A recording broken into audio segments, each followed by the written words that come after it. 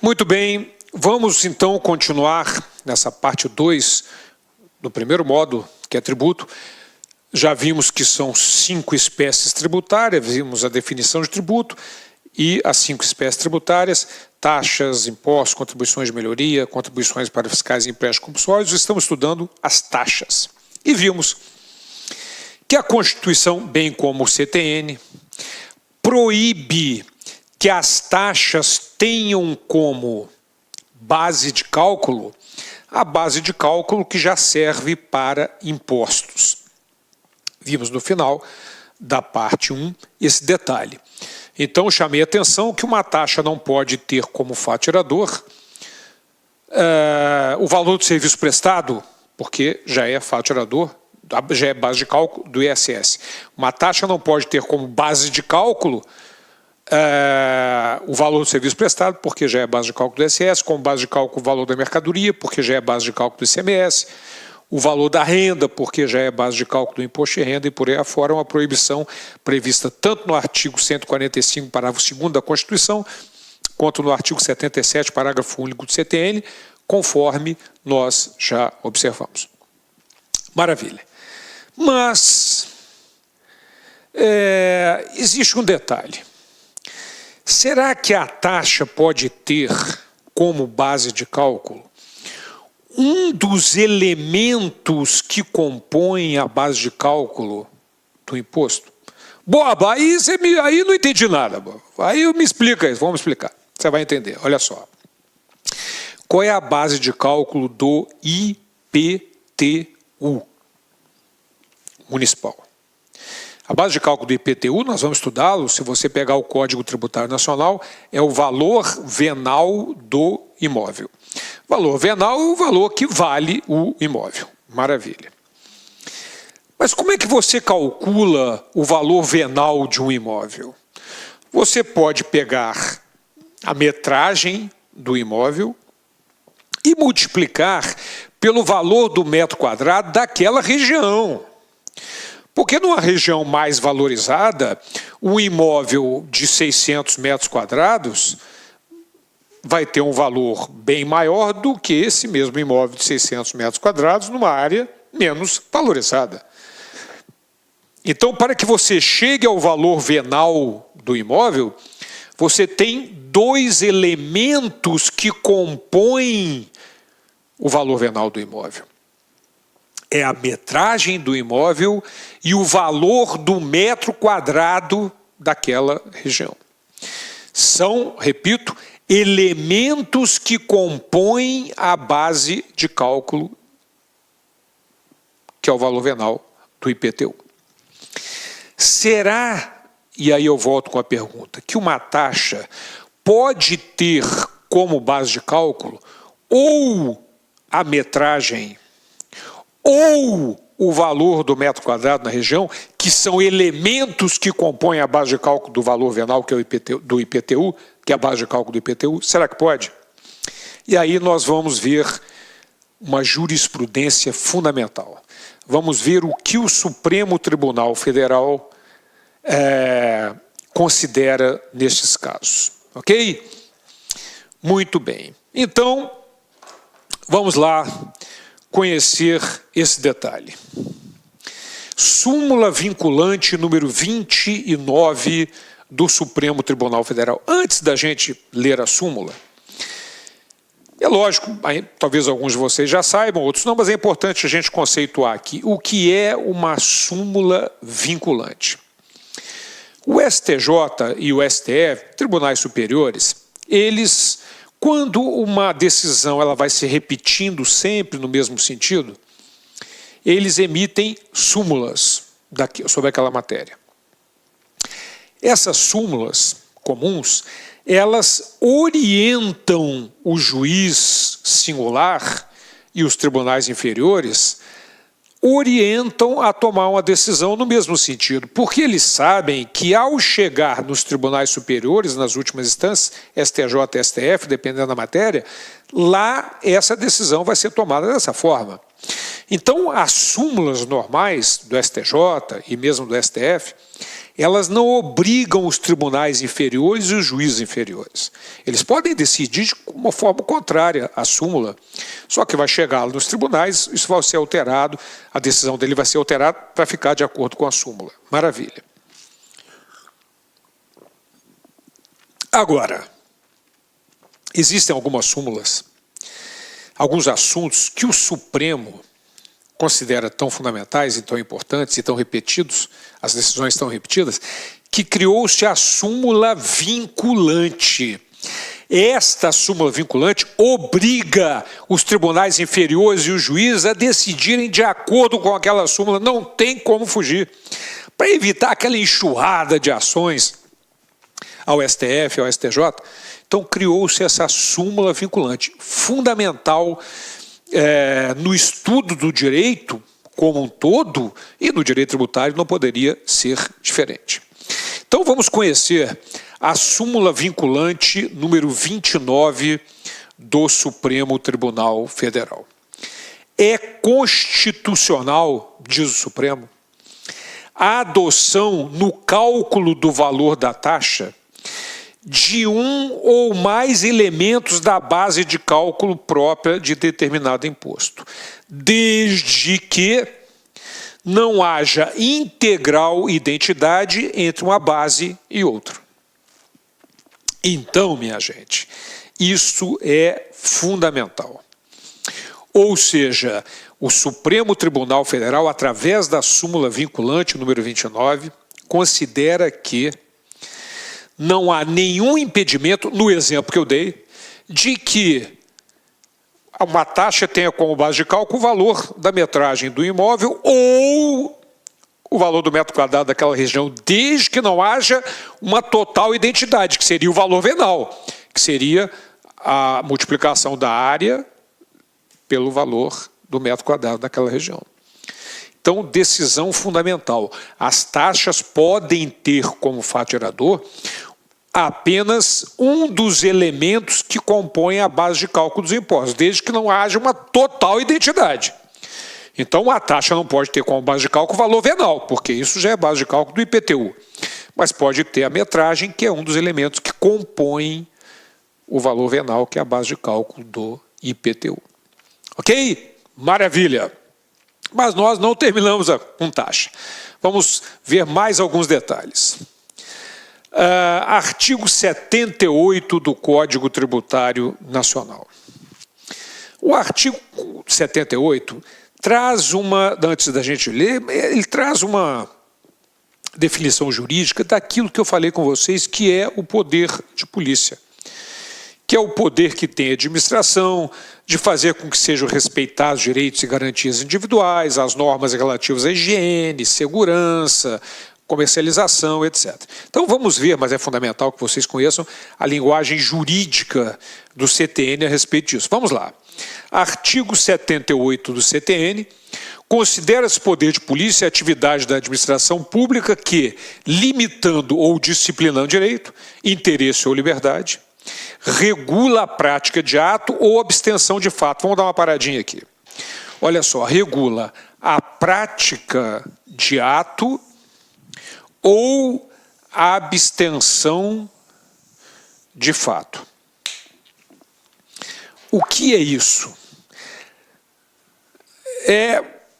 A prática de ato é o que é obrigado a ser feito, é obrigatório ser feito.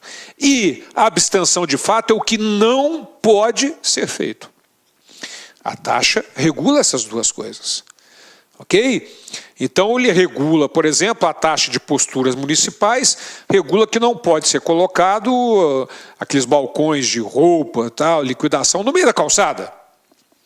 Certo? Então, por outro lado, uma taxa de poder de polícia, né, com relação às instalações sanitárias, obriga a manter as instalações sanitárias em boas condições, etc. Então, é uma taxa que obriga que algo seja feito ou proíbe que algo seja feito. Em razão de interesse público concernente à segurança, taxa de inspeção sanitária, que eu falei com vocês, Segurança, taxa de segurança, a higiene, que eu falei, a taxa de inspeção sanitária cobrada dos restaurantes, etc. A ordem, os costumes, a disciplina da produção e do mercado, e continua ainda ao exercício de atividades econômicas dependentes de autorização, concessão ou autorização do poder público, à tranquilidade pública, ao respeito à propriedade, aos direitos individuais ou coletivos. Então, em resumo, é o poder que tem a administração de fazer com que sejam respeitados direitos e garantias individuais, normas relativas à higiene, segurança, comercialização, industrialização e por aí afora. Taxas que nós já vimos que podem ser proibitivas, no sentido de que não se faça algo, ou ordenatórias, no sentido que seja feita alguma coisa. Legal? Então, este é o poder de polícia previsto no Código Tributário Nacional. Mas tem mais um detalhezinho para nós conversarmos aqui ainda. Parágrafo único do artigo 178. Porque, antes de olharmos o parágrafo, eu venho falando que o fato gerador da taxa, um deles, é o exercício regular do poder de polícia. O que é regular? Eu venho falando essa palavrinha desde o início. Exercício regular do poder de polícia. Regular é aquele dentro dos moldes da lei, porque pode dar uma impressão de que o regular seja com relação à constância, tal. Não. Exercício regular do poder de polícia é aquele dentro dos limites da lei, sem abuso de autoridade, sem desvio de poder.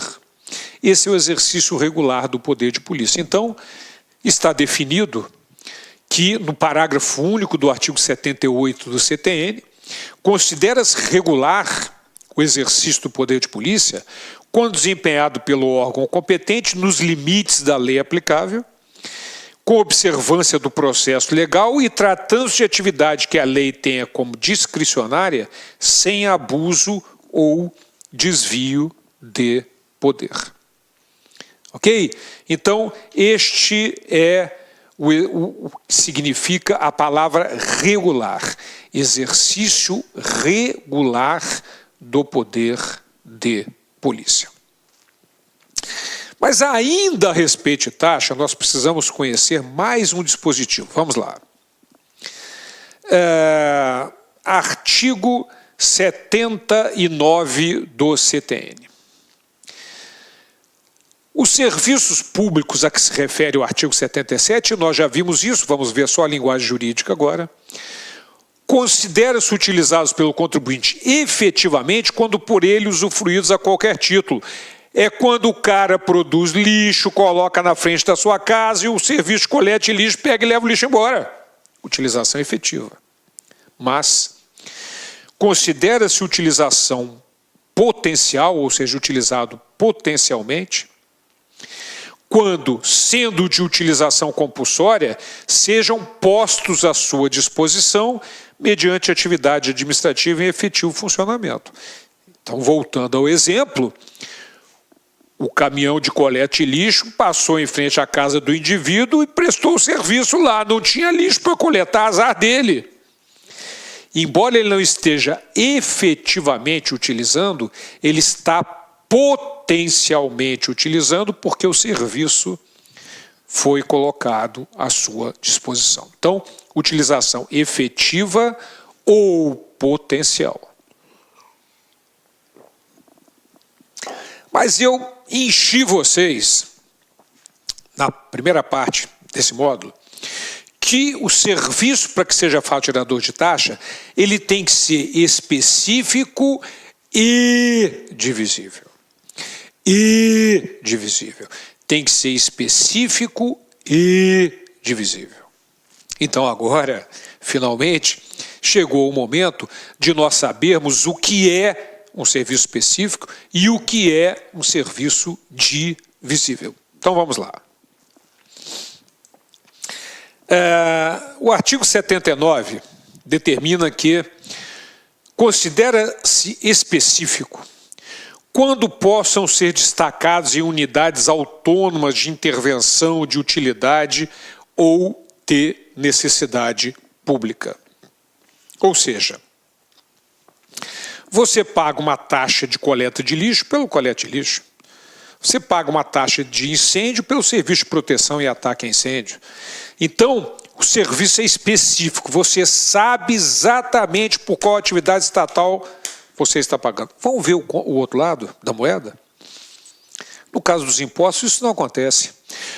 Por qual atividade estatal você paga ISS ao município? Você reconhece impossível? Por qual atividade estatal você paga ICMS ao Estado?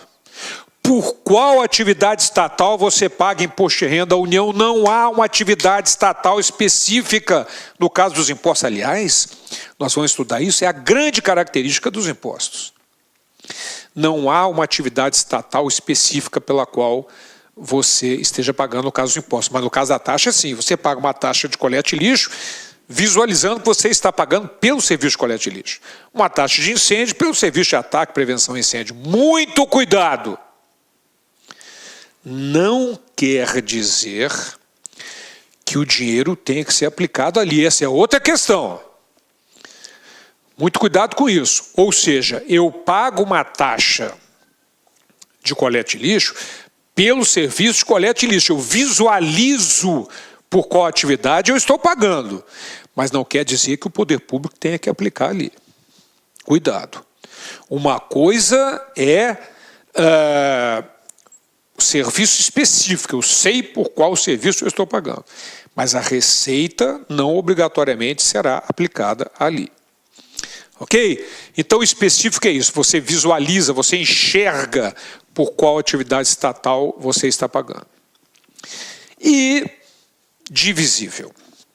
O Código define divisível de uma forma jurídica, dizendo o seguinte: quando suscetíveis de utilização separadamente por parte de cada um dos seus usuários. Bom, essa é definição muito árida, realmente. Mas o Supremo Tribunal Federal considera que só é suscetível de utilização separadamente por cada um dos seus usuários quando possa ser mensurada a utilização de cada contribuinte. Veja como é importante isso. Então, o serviço só é divisível quando suscetível de utilização separadamente por cada um dos contribuintes, e de acordo com o Supremo, só tem essa característica quando você pode mensurar a utilização de cada contribuinte. E vou incomodar vocês de novo. Para que seja fato gerador de taxa, o serviço tem que ser específico e divisível. Daí surgem alguns detalhes importantes. O que determina a jurisprudência é a súmula vinculante 41 do STF. Aquela súmula que obriga a todos os tribunais inferiores e os juízes singulares. O serviço de iluminação pública não pode ser remunerado mediante taxa. E vamos entender o porquê. Porque, embora o serviço seja específico, porque você sabe porque você está pagando pela iluminação pública, cuidado, não é luz residencial. Luz residencial é tarifa, porque você paga para a concessionária, nós já vimos isso. Não, existem duas relações jurídicas, o governo com a concessionária e a concessionária para com você. No caso, nós estamos falando da taxa de iluminação pública. A taxa de iluminação pública, o serviço é específico, porque você visualiza que você está pagando pelo serviço de iluminação pública, mas ele não é divisível, porque não há como mensurar o quanto da iluminação pública gasta no meu bairro foi gasta comigo. E, de acordo com o Supremo, só é divisível, ou seja, suscetível de utilização separadamente, quando puder ser mensurada a utilização de cada contribuinte. Como que eu vou saber o quanto da iluminação pública do meu bairro, das ruas, foi gasto comigo? Impossível. Foi gasto com a minha casa? Impossível. Certo? Não tem como saber. Limpeza urbana. Como é que eu vou saber quanto foi varrido de lixo em frente à minha casa pelo poder público? Ok? Mas aqui tem um detalhe importante. A coleta de lixo, o Supremo tem uma posição diferente. Cuidado, limpeza urbana, não tem como saber quanto foi varrido em frente à minha casa, etc. Não é divisível. Embora seja específico, a taxa de iluminação pública é específica. A taxa, porque você visualiza por qual serviço, a taxa de limpeza urbana é específica, você visualiza que é o serviço de limpeza urbana. Mas não é divisível, e para ser fato gerador de taxa tem que ser específico e divisível. Legal? Muito bem. Então, mas é a coleta de lixo. O Supremo interpretou da seguinte forma. No caso da coleta de lixo, através de um estudo, o município pode fazer uma pesquisa, ver quantas pessoas tem na casa, o nível, a capacidade, né, a capacidade econômica de cada indivíduo, pelo salário, etc. Ele pode fazer uma pesquisa e verificar, baseado no estudo, mais ou menos quanto vai ser produzido de lixo por aquele imóvel e as pessoas que ali moram. Então o Supremo entende que no caso da coleta de lixo, o serviço é específico e é divisível, porque ele considera que, através dessa pesquisa, pode ser mensurada a utilização. No entanto, no caso da limpeza urbana, não. Então vamos ver. Vamos lá. Conhecer a súmula vinculante número 19 do Supremo Tribunal Federal. A taxa cobrada exclusivamente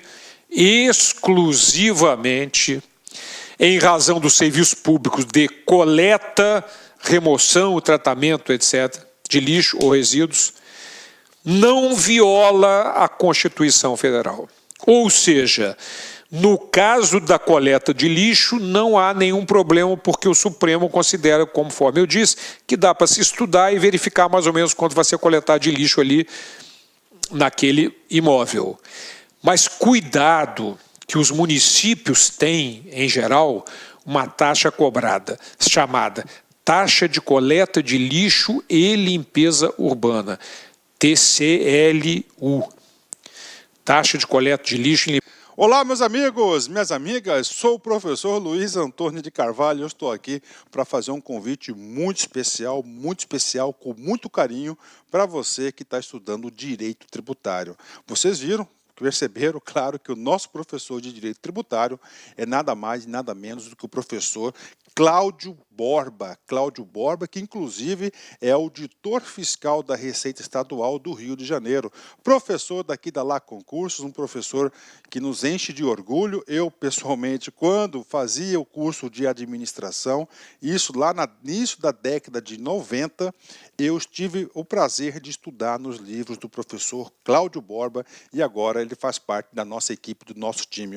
Um forte abraço, professor Cláudio Borba. Meus amigos, minhas amigas, eu quero fazer um convite especial para vocês. O professor Cláudio Borba, tá certo? Ele é o nosso professor de Direito Tributário da LAC Concursos. Ele tem um curso super atualizado, completaço de Direito Tributário, gravado aqui na LAC Concursos, né? Esse curso, o foco dele especificamente, ele está voltado para as carreiras fiscais. Então, o professor Cláudio Borba pertence às carreiras fiscais aqui da LAC Concursos.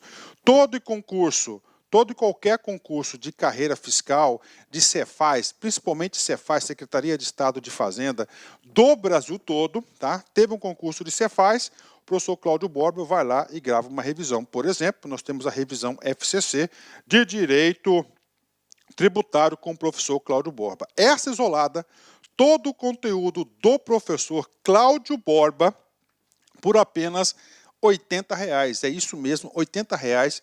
Durante 90 dias de acesso, você vai ter direito aí a assistir quantas vezes quiser e na hora que desejar. Professor, parcela esses R$80, com certeza você pode parcelar esses R$80 ainda em 10 vezes sem juros no nosso operador financeiro, ou seja, R$8 por mês, mais barato que uma coxinha, né? Tá certo, meus amigos? Então, olha só, qualidade e preço, competitividade é aqui na Lá Concurso. Pode vir, pode fazer essa isolada com o professor Cláudio Borba, que eu tenho certeza absoluta que você ficará super competitivo. Tá certo, meus amigos? Esperamos vocês aqui na Lá Concurso. Um forte abraço, fique com Deus. Tchau, tchau. Clique lá.